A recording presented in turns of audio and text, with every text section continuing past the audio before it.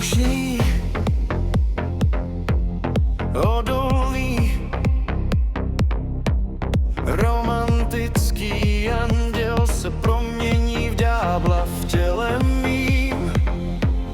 Ty mé lidský, vášnivý, toužím a čekám, že u mých dveří zaklepáš